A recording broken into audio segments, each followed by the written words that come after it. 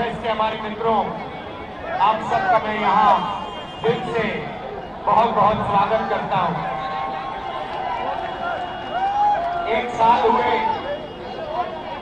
हमने भारत जोड़ो यात्रा कन्याकुमारी से कश्मीर तक 4000 किलोमीटर चली।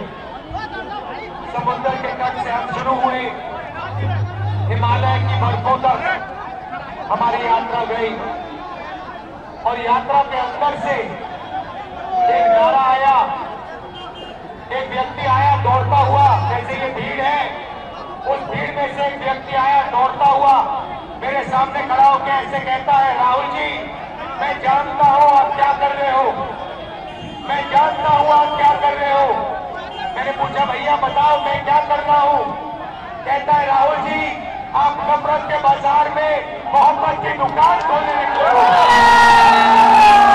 और यही हम आप मिलकर अखिलेश जी, प्रियंका जी, मैं, भारतीय जनता गठबंधन, हमारा सबसे पहला और सबसे जरूरी काम जो हिंदुस्तान में नफरत फैलाई गई है, जो भाई को भाई से लड़ाया गया है, जो भाई और भाई को डराया गया है, इसके खिलाफ हमें खड़ा होना है, मिलकर खड़ा होना है।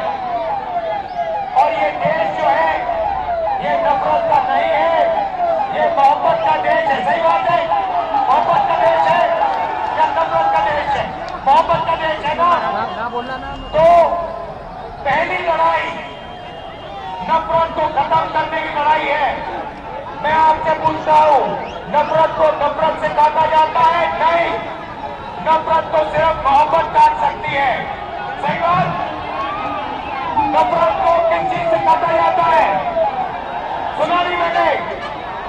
ये मोहब्बत से काटा जाता है और हम इनकी नफरत को मोहब्बत से मिटाएंगे। अब यात्रा पे जब मैं चल रहा था, लोगों ने मुझसे कहा कि राहुल जी आप 4000 किलोमीटर चल रहे हो, आप नफरत को मिटाने की कोशिश कर रहे हो। मैं उनसे पूछता था भैया आप मुझे बताओ इस नफरत का कारण क्या है?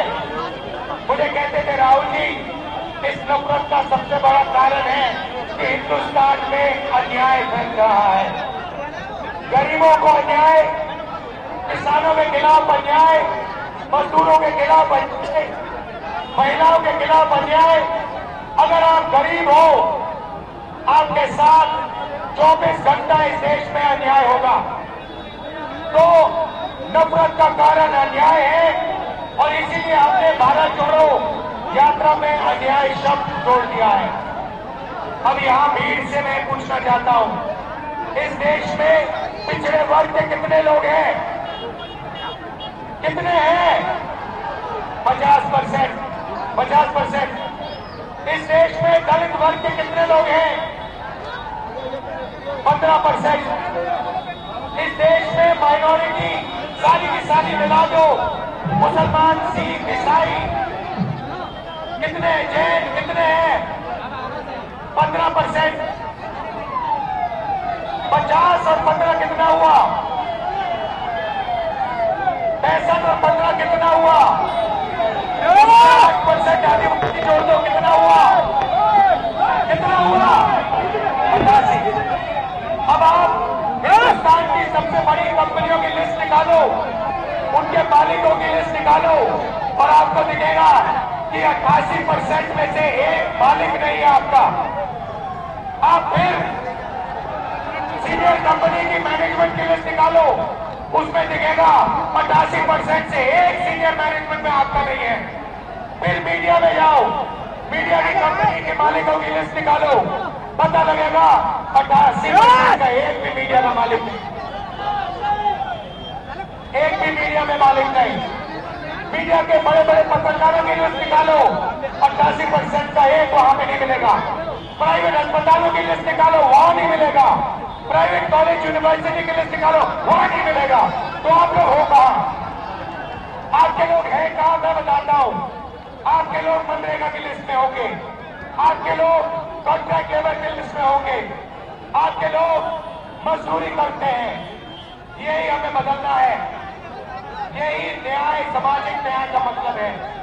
भाइयों बहनों, हिंदुस्तान के बजट को 90 लोग बांटते हैं। सबसे बड़े आईएएस अफसर, मैंने इनकी लिस्ट निकाली।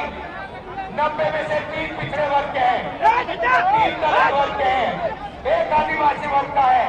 और अगर 100 रुपए बजट में खर्च होता है तो आप सब लोग मिलाकर 6-7% बजट की भागीदारी रखते हो।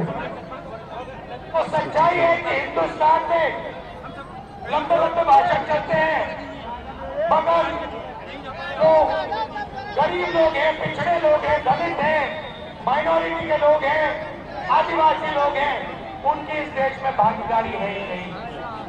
और यही इंडिया गठबंधन का लक्ष्य है। हम सामाजिक न्याय के लिए लड़ रहे हैं, आर्थिक न्याय के लिए लड़ रहे हैं, किसानों के लिए लड़ रहे हैं। किसानों को सिर्फ एक चीज चाहिए। उन्होंने कहा है कि हमें लीगल एमएसपी दे दीजिए।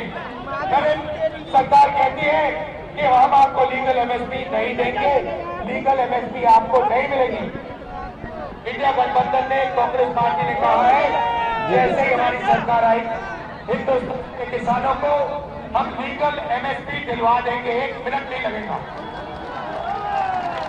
ये न्याय की लड़ाई है। मोहब्बत की दुकान खोलनी है।